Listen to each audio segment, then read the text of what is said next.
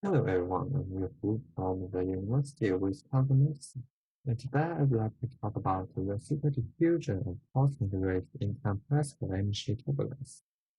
So firstly, the cosmic rays are charged high-energy particles coming from outside the Earth. Its motion is dominated by the gyromotion of the particle induced by the magnetic field force. Its trajectory, however, is very complicated from the solar source to the Earth, because it involves the diffusion, the scattering, also like the acceleration of cosmic rays. Therefore, it's very challenging to find the trajectory or find the origin of cosmic rays. And today in my talk, I will focus on the diffusion of cosmic rays. And as I mentioned before, that magnetic field has a very significant effect on cosmic rays motion. For instance, in a turbulent medium, the magnetic field line is also turbulent turbulent, and this turbulent magnetic field line will get diverged. For instance, as shown in the numerical simulations by Wink et al. 2030, the magnetic field line starts from the same point when it gets diverged, and there, which means that the separation between the two magnetic lines will increase if we traveling along the magnetic lines. Now, this will induce a very induce a diffusive behavior cosmic rays. Just like shown in these simulations, the trajectory of cosmic rays mainly follows the magnetic field lines. Therefore, even if the cosmic rays are ejected from the same point, the point if the trajectory it gets diverged, and this divergence is very similar to the gas diffusion from the high density region to the low density region. And this diffusion depends on the magnetic field wandering, which also depends on turbulence property.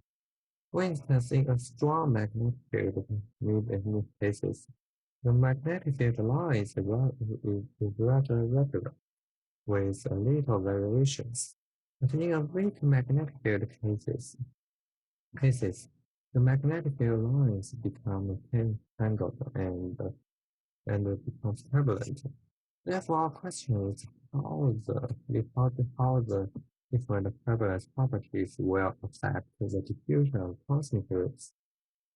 To answer this question, first let's see the energy turbulence property. And as we know, the energy turbulence can be decomposed into alpha one slow and fast mode. The alpha one and slow modes are anisotropic, which means the turbulent eddy are elongating along the direction of local magnetic field. And however, for the fast mode, the eddy is isotropic rather than anisotropic. And here that's also demonstrated in the map simulations. As we can see from the second order George function velocity field, the alpha mode and slow mode counter is elliptical. The same major axis is along the magnetic directions. Therefore, they are anisotropic. But the counter of fast mode is more close to a circular shape, which means the fast mode is isotropic. And why is anisotropic is so important? Because it will affect the efficiency of cosmic scattering. Anisotropic turbulence in anisotropic turbulence, the scattering is very ineffective because in the perpendicular direction, the cosmic rays fill many uncorrelated eddies, and the interaction is averaged out. But anisotropic fast mode has no such effect. Therefore, it's the main agent for the cosmic scattering. And the scattering is very important in cosmic distribution, as it will introduce additional displacement, and I will illustrate in the following. So firstly, we try to study the effect of different modes. Firstly, we see that the energy friction of the energy friction of fast mode is very insignificant. When the sonic Mach number ma is larger than 2, which is supersonic regime, the energy friction of fast mode gets saturated at a value around zero point 0.1. However, the alpha mode and slow mode are also saturated at the value around zero point 0.5 and zero point 0.4, which dominated the MC turbulence. And as I mentioned, that the fast mode is mean agent for the cosmic ray scattering. The low friction of the fast mode means also ineffective cosmic scattering, as we see in the mean-free path of cosmic rays. The mean-free path also increases until ma equals to 2, and then it gets saturated. Because the plasma friction gets saturated in this regime, and the scattering efficiency is also saturated. And in addition to the sonic Mach number, also explored the effect from the magnetic strength, namely the alpha 1 Mach number. And we find that the friction of the plasma mode gets increased when the Ma gets increases. And also because the fast mode is mainly responsible for the cosmic scattering, the mean free path of cosmic rays is decreasing with respect to the increment of alpha Mach number, because the friction of fast mode gets more significant, therefore the scattering is stronger.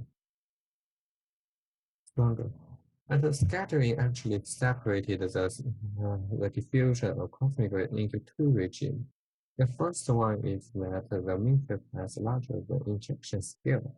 In this regime, the cosmic motion is dominated by the magnetic field modeling, because the cosmic ray does not feel any scattering, and it is freely moving along the magnetic field lines. And in this case, the perpendicular displacement of cosmic rays is proportional to the power of 3 over 2 of the moving time, which is a super diffusive behavior. And here, as showing the numerical examples, the correlation between the perpendicular displacement and the distance covered along the magnetic field line is a power law relation, and the power law index is exactly the 3 over 2, which is our theoretical consideration. And the second regime is that the mean field is smaller than the injection scale. And in this case, we have to consider the presence of parallel scattering. And the scattering will introduce the additional displacement along the magnetic field lines. And the cosmic rays may also sample like another magnetic field lines. In this case, the displacement along the magnetic field lines is dominated by the diffusion of the cosmic ray, and the displacement the square of displacement equals to the product of the diffusion coefficient and the moving time. Then in this case, the perpendicular displacement is proportional to the power of moving time, the moving time's power of 3 over 4. And as I show in these numerical examples, firstly, when the mean-free path is very close to the injection scales, the